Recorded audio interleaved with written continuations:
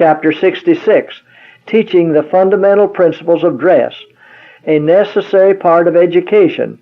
No education can be complete that does not teach right principles in regard to dress. Without such teaching, the work of education is too often retarded and perverted. Love of dress and devotion to fashion are among the teacher's most formidable rivals and most effective hindrances. No precise style given. No one precise style has been given me as the exact rule to guide all in their dress. Neat, attractive, clean. The young should be encouraged to form correct habits in dress, that their appearance may be neat and attractive. They should be taught to keep their garments clean and neatly mended. All their habits should be such as to make them a help and comfort to others. Let the attire be appropriate and becoming. Though only a 10-cent calico, it should be kept neat and clean. Order and correct taste. In their dress, Christians avoid superfluity and display, but their clothing will be neat, not gaudy, modest, and arranged upon the person with order and taste. Correct taste is not to be despised or condemned. Our faith, if carried out, will lead us to be so plain in dress and zealous of good works that we shall be marked as peculiar.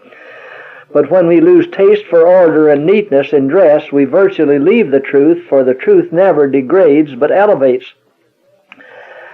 My sisters, your dress is telling either in favor of Christ and the sacred truth or in favor of the world.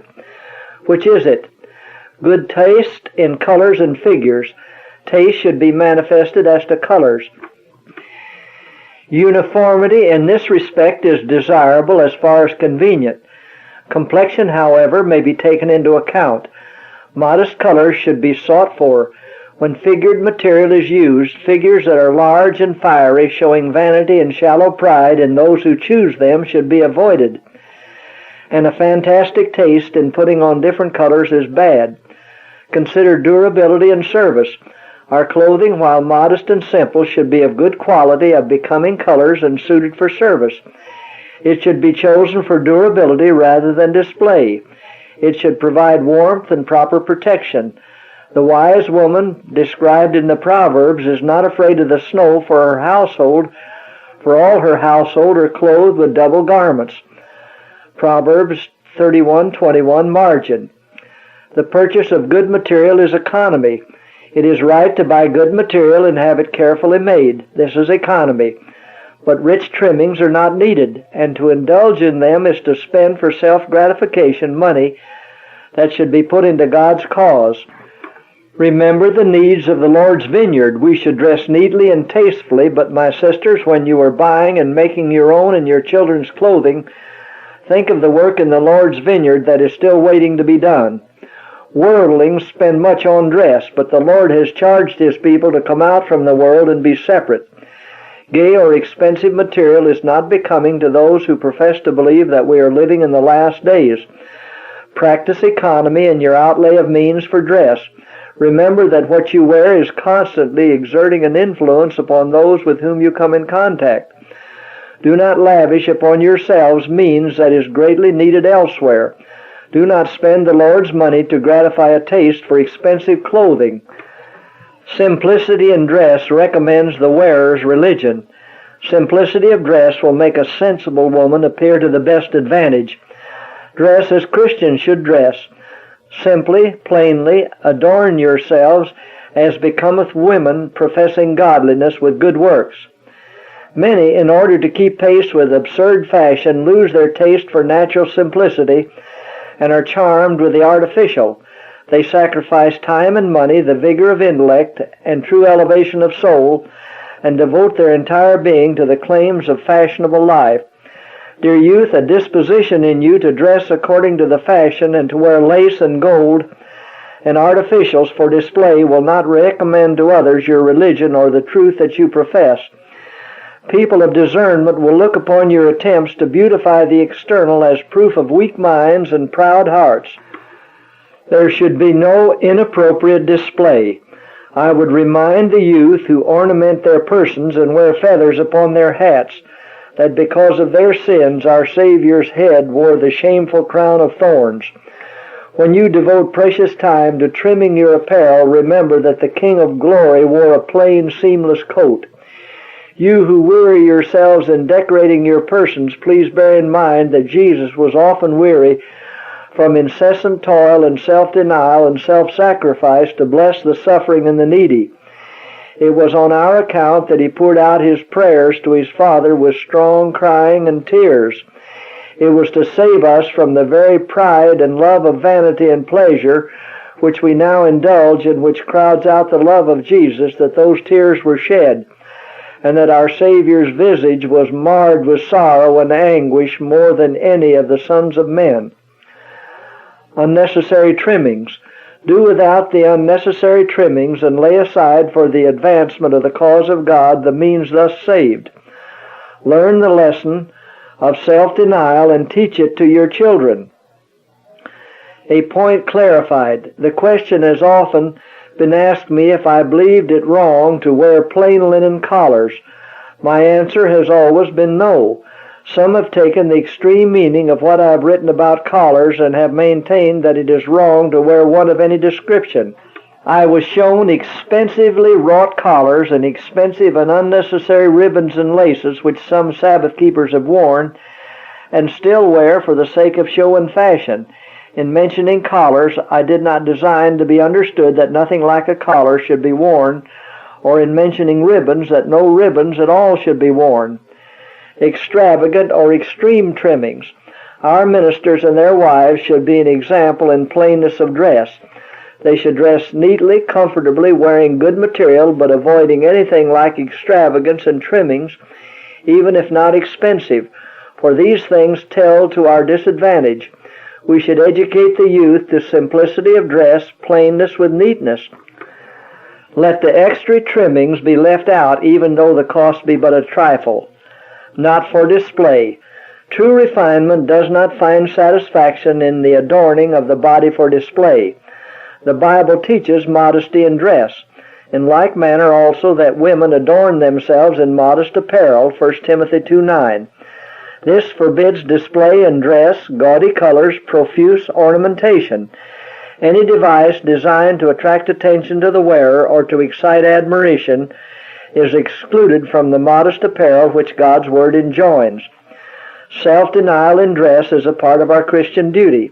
To dress plainly and abstain from display of jewelry and ornaments of every kind is in keeping with our faith. Are we of the number who see the folly of worldlings in indulging in extravagance of dress as well as in love of amusements? Imperishable ornaments versus gold or pearls. There is an ornament that will never perish, that will promote the happiness of all around us in this life and will shine with undimmed luster in the immortal future.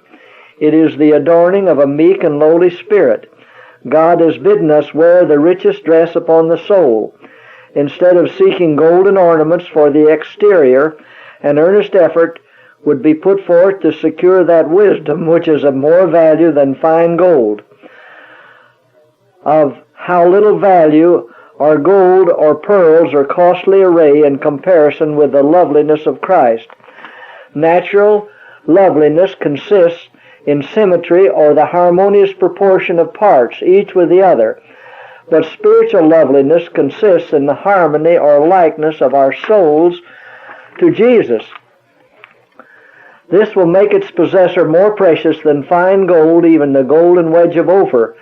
The grace of Christ is indeed a priceless ornament. It elevates and ennobles its possessor and reflects beams of glory upon others, attracting them also to the source of light and blessing. The attractiveness of genuine beauty. There is a natural tendency with all to be sentimental rather than practical. In view of this fact, it is important that parents in the education of their children should direct and train their minds to love truth, duty, and self-denial, and to possess noble independence, to choose to be right if the majority choose to be wrong.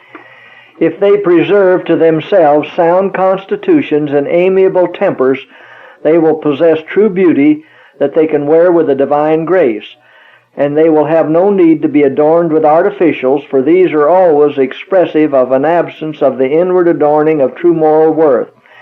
A beautiful character is of value in the sight of God. Such beauty will attract but not mislead. Such charms are fast colors, they never fade. The pure religion of Jesus requires of its followers the simplicity of natural beauty and the polish of natural refinement and elevated purity rather than the artificial and false. Teach children to recognize sensible dress. Let us be faithful to the duties of the home life. Let your children understand that obedience must reign there. Teach them to distinguish between that which is sensible and that which is foolish in the matter of dress, and furnish them with clothes that are neat and simple. As a people who are preparing for the soon return of Christ, we should give to the world an example of modest dress in contrast with the prevailing fashion of the day. Talk these things over and plan wisely what you will do. Then carry out your plans in your families, determined to be guided by higher principles than the notions and desires of your children. If our hearts are united with Christ's heart, nothing will be put upon the person to attract attention or to create controversy. Provide becoming garments appropriate for age and station in life. My sister, bind your children to your heart by affection. Give them proper care and attention in all things. Furnish them with becoming garments that they may not be mortified by their appearance, for this would be injurious to their self-respect. It is always right to be neat and to be clad appropriately in a manner becoming to your age and station in life. The body should not be constricted. The dress should fit easily, obstructing neither the circulation of the blood nor a free, full, natural respiration. The feet should be suitably protected from cold and damp. Clad in this way, we can take exercise in the open air, even in the dew of morning or evening, or after a fall of rain or snow, without fear of taking cold. The dress of young children. If the dress of the child combines warmth, protection, and comfort, one of the chief causes of irritation and restlessness will be removed. The little one will have better health, and the mother will not find the care of the child so heavy a tax upon her strength and time. Tight bands or waists hinder the action of the heart and lungs and should be avoided. No part of the body should at any time be made uncomfortable by clothing that compresses any organ or restricts its freedom of movement. The clothing of all children should be loose enough to admit of the freest and fullest respiration, and so arranged that the shoulders will support its weight. Let the extremities be properly clothed. Special attention should be given to the extremities that they may be as thoroughly clothed as the chest and the region over the heart where is the greatest amount of heat. Parents who dress their children with the extremities naked or nearly so are sacrificing the health and lives of their children to fashion. If these parts are not so warm as the body, the circulation is not equalized. When the extremities, which are remote from the vital organs, are not properly clad, the blood is driven to the head, causing headache or nosebleed, or there is a sense of fullness about the chest, producing cough or palpitation of the heart on account of too much blood in that locality, or the stomach has too much blood, causing indigestion. In order to follow the fashions, mothers dress their children with limbs nearly naked, and the blood is chilled back from its natural course and thrown upon the internal organs, breaking up the circulation and producing disease. The limbs were not formed by our Creator to endure exposure as was the face. The Lord provided also large veins and nerves for the limbs and feet to contain a large amount of the current of human life, that the limbs might be uniformly as warm as the body. They should be so thoroughly clothed as to induce the blood to the extremities. Satan invented the fashions which leaves the limbs exposed, chilling back the life current from its original course. And parents bow at the shrine of fashion and so clothe their children that the nerves and veins become contracted and do not answer the purpose that God designed they should. The result is habitually cold feet and hands. Those parents who follow fashion instead of reason will have an account to render to God for thus robbing their children of health. Even life itself is frequently sacrificed to the god of fashion. A distinction in dress of men and women. There is an increasing tendency to have women in their dress and appearance as near like the other sex as possible, and to fashion their dress very much like that of men, but God pronounces it abomination. In like manner also that women adorn themselves in modest apparel with shamefacedness and sobriety. 1 Timothy 2:9. God designed that there should be a plain distinction between the dress of men and women, and has considered the matter of sufficient importance to give explicit directions in regard to it. For the same dress worn by both sexes would cause confusion and great increase of crime. Dressing for church. Let none dishonor God's sanctuary by their showy apparel. All should be taught to be neat, clean, and orderly in their dress, but not to indulge in that external adorning which is wholly inappropriate for the sanctuary. There should be no display of the apparel, for this encourages irreverence. The attention of the people is often called to this or that fine article of dress, and thus thoughts are intruded that should have no place in the hearts of the worshippers. God is to be the subject of thought, the object of worship, and everything that attracts the mind from the solemn sacred service is an offense to Him. The parading of bows and ribbons, ruffles and feathers, and gold and silver ornaments is a species of idolatry, and is wholly inappropriate for the sacred service of God. Some receive the idea that in order to carry out that separation from the world that the Word of God requires, that they must be neglectful of their apparel. There is a class of sisters who think they are carrying out the principle of nonconformity to the world by wearing an ordinary sunbonnet and the same dress worn by them through the week, upon the Sabbath when appearing in the assembly of the saints to engage in the worship of God. And some men who profess to be Christians view the matter of dress in the same light. These persons assemble with God's people upon the Sabbath with their clothing dusty and soiled, and even with gaping rents in their garments, which are placed upon their persons in a slovenly manner. This class, if they had an engagement to meet a friend honored by the world, by whom they wished to be especially favored, would exert themselves to appear in his presence with the best apparel that could be obtained. For this friend would feel insulted were they to come into his presence with their hair uncombed and garments uncleanly and in disorder. Yet these persons think that it is no matter in what dress they appear, or what is the condition of their persons when they meet upon the Sabbath to worship the great God.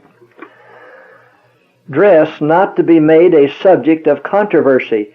There is no need to make the dress question the main point of your religion. There is something richer to talk of. Talk of Christ, and when the heart is converted, everything that is out of harmony with the Word of God will drop off. It is not your dress that makes you of value in the Lord's sight.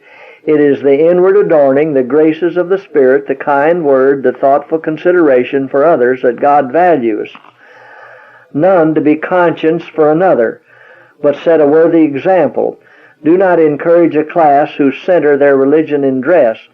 Let each one study the plain teachings of the Scriptures as to simplicity and plainness of dress, and by faithful obedience to those teachings strive to set a worthy example to the world and to those new in the faith. God does not want any one person to be conscience for another. Talk of the love and humility of Jesus, but do not encourage the brethren and sisters to engage in picking flaws in the dress or appearance of one another. Some take delight in this work, and when their minds are turned in this direction, they begin to feel that they must become church tinkers. They climb upon the judgment seat, and as soon as they see one of their brethren and sisters, they look to find something to criticize. This is one of the most effectual means of becoming narrow-minded and of dwarfing spiritual growth. God would have them step down from the judgment seat, for He has never placed them there. The heart must be right. If we are Christians, we shall follow Christ, even though the path in which we are to walk cuts right across our natural inclinations. There is no use in telling you that you must not wear this or that, for if the love of these vain things is in your heart, your laying off your adornments will only be like cutting the foliage off a tree. The inclinations of the natural heart would again assert themselves. You must have a conscience of your own.